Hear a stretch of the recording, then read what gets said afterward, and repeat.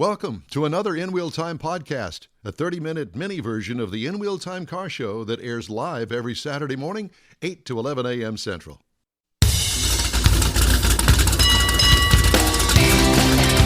From Texas, it's the In Wheel Time car talk show. Coming up, hopefully, the Falcon flies.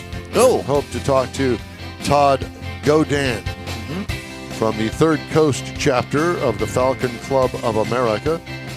Mustangs not allowed. Just sit down and listen. Conrad has the events calendar, and later a look at the stories making automotive news headlines this week. Howdy, along with Mike out of this world, Mars. Absent. King Conrad DeLon. Absent. We need more Jeff Zeke. I'm present. Don Armstrong. Present. Here. Thank you for joining us on this live episode of the In Wheel Time car talk show as we wait for our next guest to join us from the Third Coast chapter of the Falcon Club of America. We have other things that we can talk about, and Certainly as soon as Conrad puts his headset down and he can get it together, I would love to do the events calendar. He was over in the dressing room. I know he was. He was powdering his face, Powdering his nose. Yeah. So, do you have the events calendar handy? Well, tomorrow is first Sunday of the month, and that is Coffee and Chrome at the Avalon Diner. It certainly is. Which is down here. Chrome and Coffee. Chrome and Coffee, which is Highway 90 and 5969. Basically, yeah. Southwest Freeway, whatever else they want to call the it. Fountain. The Fountains, Meadows area, yeah. So, starts at 9 a.m. 9 to noon. And a great breakfast place. I'm just going to say, yeah. And I think that's part of the attraction is that we can go there, talk to our fellow car guys. Network. And gals. Mm-hmm. And then we can also have some really good breakfast, including it is good grits. Mm-hmm. I love grits. You like the grits with jalapenos or something? Well, no, just that grits with butter. And I usually get I don't remember what they call it, but it's 2 eggs and some extra crispy bacon. It's called breakfast. And some nice English muffins with lots of butter on those too. Yep. It's not a dietary kind of breakfast, but I like it. No, yeah, there's orange juice and coffee. That's what I like. Mm-hmm. Absolutely. Great for hangovers. Not that I would plan on having No, you drinking tonight, Don? I don't plan on it. But doesn't mean you won't. You're just not planning on correct. it. It's not on the schedule. Last night was Los Tios, and I've discovered for an extra $1.50, I can get the all you can drink the margaritas. The Presidente, which is you can get it frozen or on the rocks, but it has some Grand Marnier in it and a nice little topper of some Hornitos. Hornitos. That's the word I couldn't think of last night. Yeah. Hornitos, really. That's the brand. It's the brand of tequila, right? Yeah. Don't tell me you don't know. Oh yeah. I know what Hornitos is. Okay. Just checking. So anyway, that was last night. So I'm thinking I'm going to back off tonight. I had 2 frozen margaritas, and it was like. So you were looking for grits this morning? Yeah, exactly. Grits and slather me in butter. I love grits. I guess grits are good, yeah. You could have them, like I said, with jalapenos or the seasoning and stuff like that. Grits are good. See, and the Italians call it polenta. Oh, do they? Oh. It's, it is basically the same product, grits, and it's thicker than grits is. And I don't like watery grits. Pour little Hornitos on it. Grits. Yeah. Thin out your Hornitos. Or something. Yeah. So, and then also this afternoon is Ford versus F-Body at Las Cucos off of... Wait a minute. Ford versus F-Body. Right. What does that mean? Bring your Mustangs and bring your Camaros. Mullets welcome. Ford versus... F-Bodies. Okay. So it's Camaros, Firebirds, and Mustangs. All right. Not F-150s, but Well, see, that's what came to mind was the F-Body being the F-150. Me too. Yeah. Anyway, go ahead. I'm sorry. And it's a $5 entry fee, and it's the Las Cucos off of Clay Road. Houston Streetcar Meet, and that's in Conroe at 336, off of 336 in Conroe, and that's a free cruise in. Family Lowrider Night. Should have had you bring that music. It's all right. Low Rider. Good, great song. And that is going to be Low Rider. Ride a little lower. What does it get you to sing? And that's at 6101 East Mount Houston Road in Houston. Lowrider only cruise in, and that's free. The Meet and Eat in Lumberton at the Seafood House. That's out your direction is Lumberton, Mars. Yes, sir. It's A little still bit cold north. You ever up been there, Mars? Lumberton's East Texas. I've been to Lumberton, yes. 351 South Main Street. And they actually have a Traffic light? No, there's a couple of traffic lights in Lumberton. But I've had, they do a killer oyster poor boy at this place. Mars, that is your Assignment. tonight. You're going to go there No, can't do it tonight. and And a report food back review. to us. What are you driving now? At the Bronco Bronco? Raptor. You ought to bring that up there. They'd love to see it. Probably so. Maybe tomorrow. Yeah, take Becky with you. No. No, that's and then also this evening at 5 p.m. is the Dayton Cruisers monthly street meet, 300 North Dayton, North Main Street in Dayton. Let me kind of go through a few of these, kind of shorten this up because Don always tells me to go long. You do. Mm-hmm. You get on a roll and you just don't classic stop. cars of Brazoria County cruise in at the Lubies on 125 West Way in Lake Jackson. I know where that's at. That starts at 6 p.m. You know where the Lubies is? Lake Jackson. Oh, I was going to say, are you a Luann Platter kind of guy? No. Wasn't Luann Platter a character on Mel's Diner? No. Luann Platter was an actual character, a cartoon character, and what show was that? Stumped The me. Simpsons, I think. Was it? I think Luann Platter was. No. The other one that was down in along the border where they sit there in the town. We've lost control. Come Check on, your Motor Mars. Trend Mike TV. Judge is the guy that does it, and they have ZZ Top. He sells propane. Oh, I wish I could sell my propane. yeah. I know what you're talking about. And then Propane and propane accessories. also tonight at 5 p.m. is Brookshire Brothers Cruising in Montgomery, Texas. And at 6 p.m. is the Wharton Cruise Night at Domino's Pizza in Wharton, Texas. Domino's. They don't have a sit-down Domino's, do they? They do in Wharton. Really? A sit-down Domino's. I don't know if it's no. I don't think it's a sit down. I just think it's a Domino's in the Pizza parking that has lot a parking area. lot. Probably a drive-through. Okay. Drive up. Mm-hmm. So that's what's going on. But for us, it's Chrome and Coffee at the Avalon Diner. Don will be there signing autographs, and he has hero cards of Jeff Zekin. Hero cards of Of me. Jeff Zekin. Yeah. Yeah, I'll be passing those out. There you go. Or I'll pass People will out. be passing out getting them. Mr. Mars, where's our guest? It'll be easy to see who Don is. He'll be the one lathered in butter with grits All his over him. And his red driving pumps. I'm a shrimp and grits guy. I like shrimp. That and sounds grits. good. Yeah, those are very good A little usually. spicy, a Yep. little extra sauce. Yeah. Yeah. Like a Cajun shrimp in the grits. Yes, Mhm. we like all of that. Well, while we have the time, let's talk about the used car market. Here We we really go. should have the Emmons brothers on Mhm. to talk about this, but story from Automotive News. Dealers are wary about their used vehicle prospects for 2023 after worsening market conditions led used vehicle sales to tumble last year. But while used vehicle sales are expected to drop again this year, dealers and used vehicle experts don't expect the hit to consumer demand and profits will be severe in early 2023.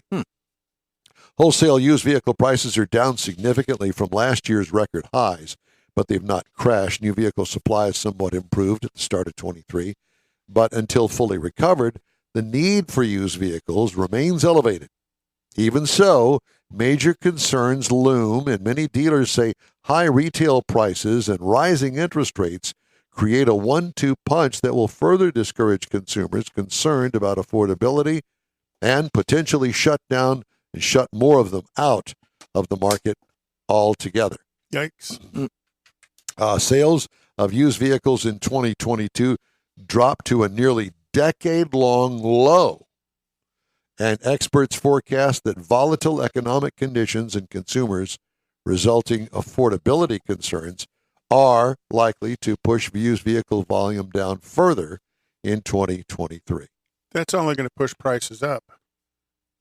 Probably. Well, it depends on how much you paid for the car originally. Was it a used car before, or is this new to the market used car? Don't you agree? Oh, yeah. And then, because as those prices go down, the used car lot operator, he's going to have to adjust his inventory pricing, and that can be quite expensive For him, especially if you're carrying 300, 400, 500 vehicles like some of them do. Yeah. I can only imagine these great, big, huge lots like a Texas Direct down the freeway here. I never see a vacant space for a used car for sale. And if you go down that street, there's always a car carrier, either half empty or half full, depending on you take them off or put them on. Is it coming or going? Yeah, exactly. Yeah, It's AutoNation Lane, I believe. But Texas Direct is a independently owned used car lot, and they sell a ton off of eBay, and will deliver it anywhere in the country for a fee. Yeah. Wonder how Carvana's doing this week. I haven't seen any ads for it. So we were expecting a story from you. I haven't seen any ads either. No, they're laying low, waiting for the next shoe to drop, and I'm thinking it's going to be complete bankruptcy. Well, How much do they pay for those stupid vending machines? I don't How know. much just the machine itself? Because what is it, 4 stories tall? At It's least just an I think some elevator of them were system. 7 stories. It's big. I have never seen one of them full of cars. I really haven't seen where they're at located. Because it's supposed to be. No, It's there's one supposed to. basically at I-10 Yeah. and Beltway 8. Yeah. Seen them. Oh, do we have our guest? Yes, sir. Okay. Well, let's go. We'll finish this conversation. Oh, Another maybe day. in the next 9 months if In they the- don't go belly in the up. 4th hour. Joining us now, live via the Zoom, is Mr. Todd Gaudin. Hope I pronounced that right. From the Third Coast chapter of the Falcon Club of America. And Todd, you weren't with us to hear this, but I'm going to go ahead and say it anyway. Third Coast chapter of the Falcon Club of America. Mustangs not allowed. Just sit down and listen. How was that for an introduction? Do you like that? Well, all I can say is, who's your daddy? So the Falcon Club, I have to tell you that this is a first for me. I've never spoken to anybody that was a member, much less the president, of a Falcon Club. Because whether you like it or not, in my generation, and I'm older than you, Todd, probably. Either that or we're close. Maybe. Yeah. I can tell you that Falcons were kind of made fun of because They were the entry-level car. they were the entry-level Ford. And let's face it, I mean, they didn't have the shape of a Mustang or This is from a guy who owned a Corvair. I owned a Corvair.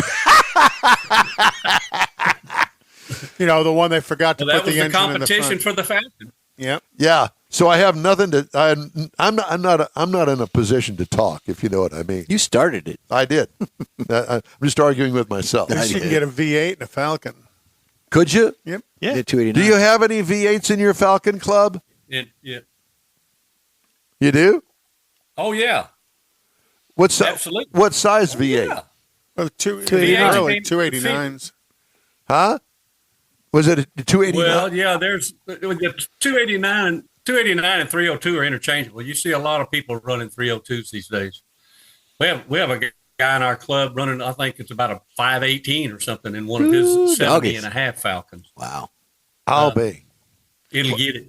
Well, I will say this. But yeah, 63 and a half is when the V8 came out in the Falcon. It's commonly called a 63 and a half because they came out with a convertible that year, as well as the V8, the 260. Well, why did they do Mid-year. that knowing that they were going to build a Mustang the following year? You'd have to ask Robert McNamara that. I don't know that answer.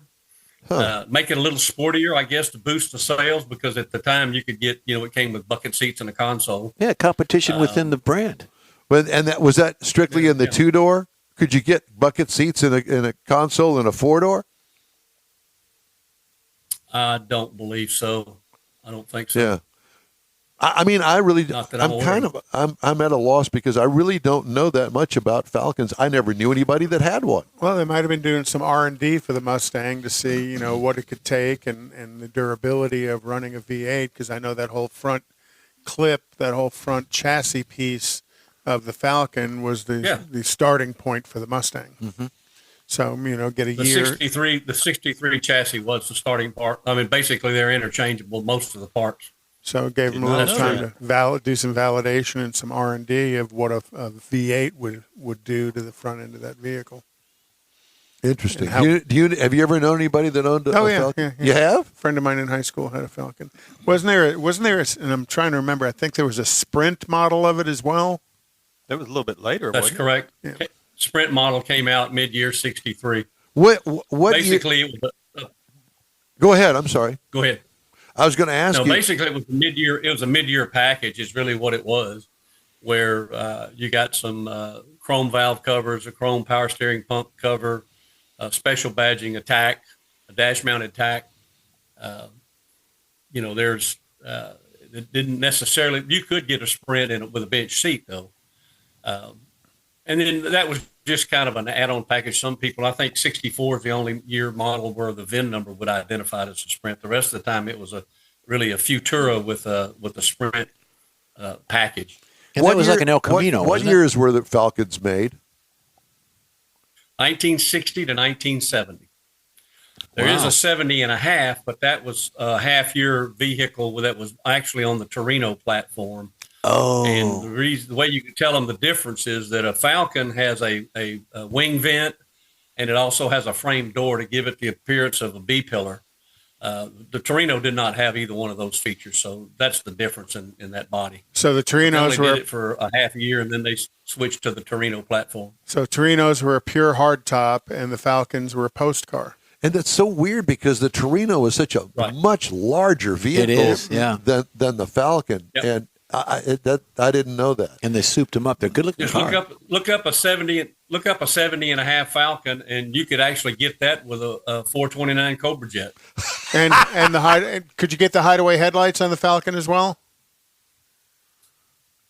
I don't recall that. I don't think so. And I could be wrong on that, but I've never seen them. Early 60s, wasn't the Falcon also the chassis that they used for the Ranchero? That's the one I was thinking of, Ranchero. Correct. The Ranchero came out in 57 on the Fairlane platform, but in 60 they switched it to the Falcon platform. Which Falcon do you have?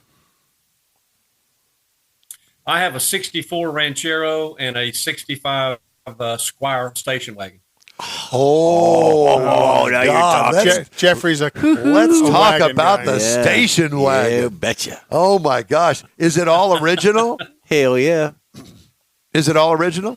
Well, it is original. It's had a repaint and some cosmetic work to it. And I have to admit, it does have a 302, but most people can't tell the difference.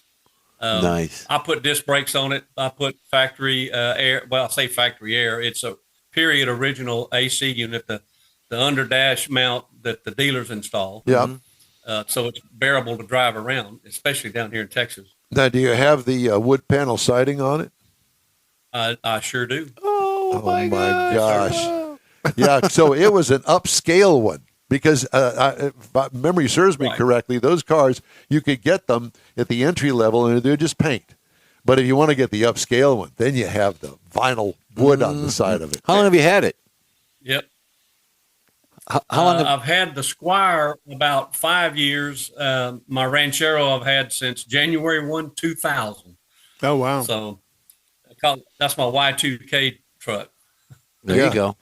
And didn't they also offer, and I'm going to say 64, 65-ish, wasn't there a Caliente version, kind of a more luxurious version? That's a Comet.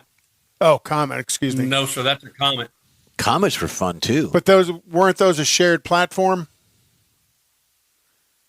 Yes, there are parts that are interchangeable on that. I'm not sure really all the intricacies, but yeah, a lot of people say, Comets and Falcons are brothers and sisters, if you will, because they're pretty much share a lot of the same parts.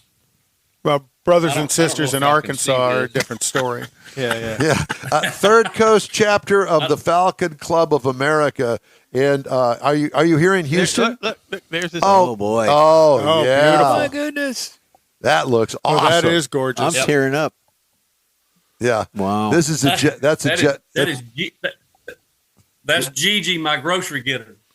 Oh, Gigi, the grocery getter. We had a guy that had a 63 Yep. that would cruise the drag there in Nederland, but he had a straight front axle under it. Cruise like the a drag. Gasser. And he had it back raised up so he could get the tires because he didn't want to cut the fender wells on it. Got no weight transfer. I mean, wasn't really that fast, but he could do some serious burnouts in that thing because he had the 289 with the headers. He'd popped it up a little bit, but it was pretty cool. Well, that's really cool. I love it. Mm-hmm. Okay, so how many members in the Third Coast chapter of the Falcon Club of America? We have about 41. Holy. And I'd say, 20, Pretty good number. 25 are active on a regular basis. Yeah. Are you here in Houston? Yeah, yes, sir. I live in Cypress and out in the Northwest. We have members. He just mentioned Nederland. We have a member from Groves. We have a member from Montgomery, Magnolia, League City, Pearland, Richmond, Rosenberg.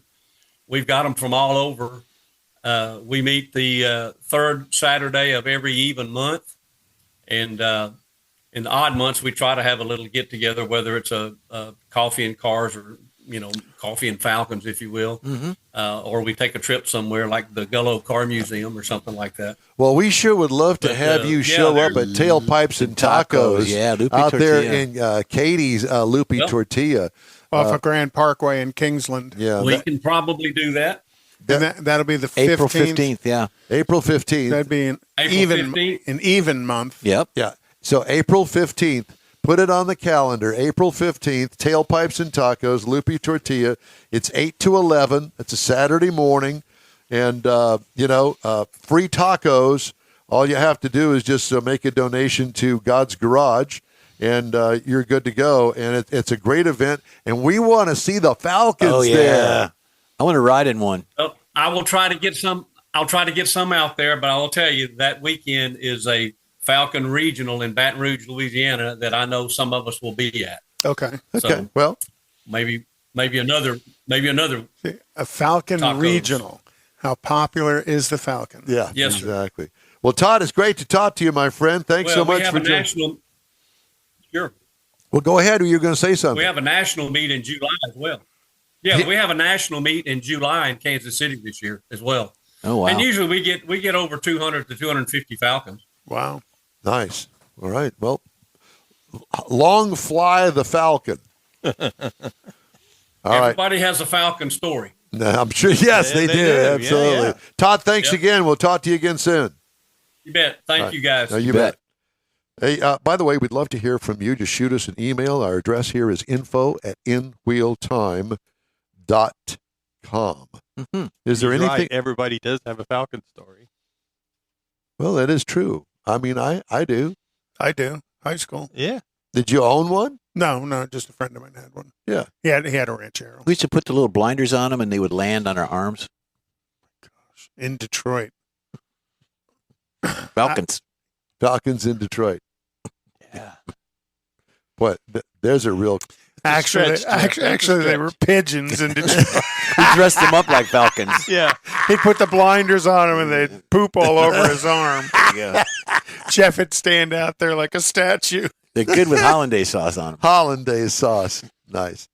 All right.